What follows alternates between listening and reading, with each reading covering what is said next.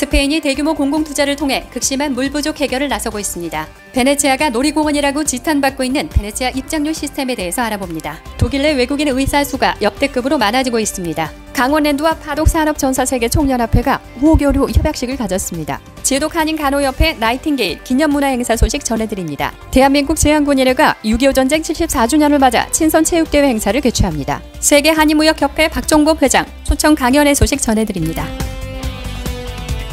여러분 안녕하십니까? 유로뉴스 시작하겠습니다. 첫 번째 소식입니다. 2024년 2월 기준 스페인에서 가뭄 문제가 없는 지역은 56.4%로 절반에 불과하며 그 외 지역은 일정 수준 이상의 물 부족 현상을 겪고 있습니다. 스페인 정부는 총 228억 유로를 편성해 빠르게 심화되는 물 부족 현상을 해결하기 위해 대대적인 공공투자에 나서고 있는데요. 수자원 관리 시스템의 현대화를 위해 2021년부터 27년까지 스페인 내 25개의 상수원 중 중앙정부가 직접 관리하는 12개 상수원과 갈리시아 및 발레아레스 제도 내 상수원에 대한 현대화 프로젝트가 진행 중이라고 합니다. 특히 스페인 농민 중 96%는 기후변화가 경제활동에 타격을 주고 있고 향후 이를 극복하기 위해 최첨단 디지털 솔루션에 투자할 계획이 있음을 밝혔습니다.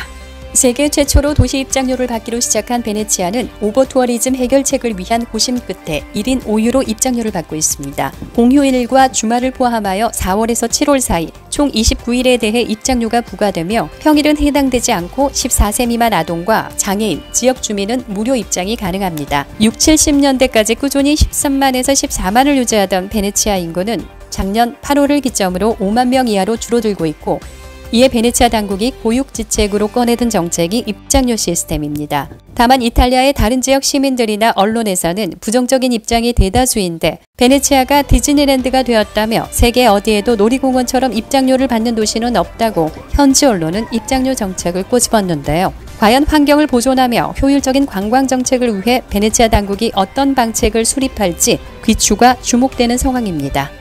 독일 내에서 활동하는 의사들 중에서 외국인 의사 수가 사상 최고치를 기록했습니다. 독일 의사협회의 통계를 인용한 통계 미디어 그룹 보도에 따르면 작년 말 기준 63,763명의 의사가 독일 여권을 소지하지 않는 외국인인 것으로 나타났습니다. 독일에서 직업 활동을 하고 있는 대부분의 외국인 의사는 유럽연합 국가 또는 기타 유럽 국가와 중동 국가 출신으로 가장 많은 출신 국가는 시리아, 루마니아, 오스트리아, 그리스, 러시아, 터키 순이라고 독일 공영방송 타게스 샤우는 보도했습니다. 라인란트-팔츠 의사협회 회장 위르겐 호파르트는 외국인 동료들의 독일어 지식 부족으로 인해 발생하는 문제가 점점 커지고 있다고 경고했고 특히 생명을 위협하는 오해가 계속해서 발생하고 있어 이러한 문제를 조속히 해결해야 하고 앞으로도 더욱 악화될 수 있다고 지적했는데 그 이유 중 하나는 의사 직종의 인력 부족이라고 덧붙였습니다. 독일에서 재학 중인 의과대학 학생 수로는 독일에서 필요한 의료진에 대한 수요를 충족시키지 못하고 있고 매년 독일에서 배출되는 11,000명의 의과대학 졸업생 중 상당수가 의사로 일하지 않는 문제도 있어 인력 부족에 대한 문제도 시급하게 해결해야 할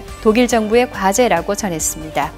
주식회사 강원랜드와 파독산업전사 세계총연합회는 상호 이해와 우호 협력의 정신을 바탕으로 교류를 확대하고 공동 발전을 도모하기 위해서 우호교류 협약을 체결했습니다. 지난 6월 4일 유네스코 세계문화유산에 등재된 제이셰 졸페어아인에서 진행된 양 단체의 우호교류 협약식에는 한국에서 강원랜드 최철규 대표이사직 대행과 관계자 그리고 파세연에서는 고창훈 회장과 박소양 사무총장을 비롯해서 김계수 박사 등 임원들이 함께하였는데요. 최철규 대표는 강원도 폐광 지역의 경제 활성화를 위해서 태어난 것이 강원랜드라면서 영월, 정선, 태백, 삼척뿐만 아니라 화순, 문경, 고령, 전국 폐광 7개 시군 지역 주민들의 삶의 질 향상에 대해서 공기업이지만 최선의 노력을 다하고 있음을 강조했습니다.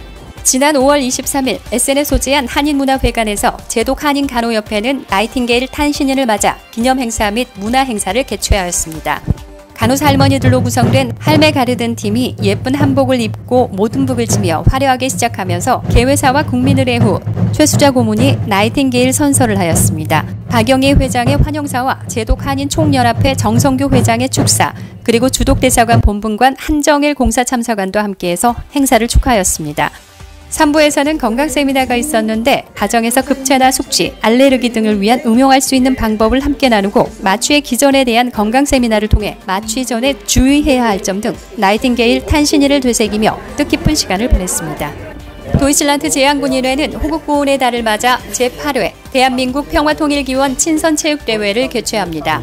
오는 6월 29일 토요일 11시 프레인쉔 슈포츠플라츠 헤어베아츠 카울로 교포 여러분을 초대합니다. 1부 순국선열 및 호국영령을 위한 추모식과 기념식, 2부는 향후의 친선체육대회가 이어지는데요. 6.25 전쟁 74주년을 추모하는 뜻깊은 행사에 교포 여러분들의 많은 참여 부탁드립니다. 한국을 가깝게 느끼게 만들었을 때 한국 제품에 대한 충성도가 오래가고 한국 제품을 오래 쓸 것이다라는 생각이 들더라고요. 한국을 더 알릴 수 있는 기회다. 파독산업전사 세계총연합회에서는 창립 17주년을 맞아 기념식과 함께 세계한인무역협회 박종범 회장 초청 강연회가 열립니다. 세계 한인 경제인들의 네트워크를 통해 모국 발전에도 크게 기여하실 것으로 기대하고 있는 박종범 회장의 이번 강연은 오는 7월 19일 금요일 SN에 소재한 제독 한인문화회관에서 열립니다. 참석을 원하시는 분들은 7월 10일까지 신청하실 수가 있으며 교포 여러분들의 많은 관심으로 자리를 빛내주시기 바랍니다. 지금까지 시청해 주셔서 감사합니다.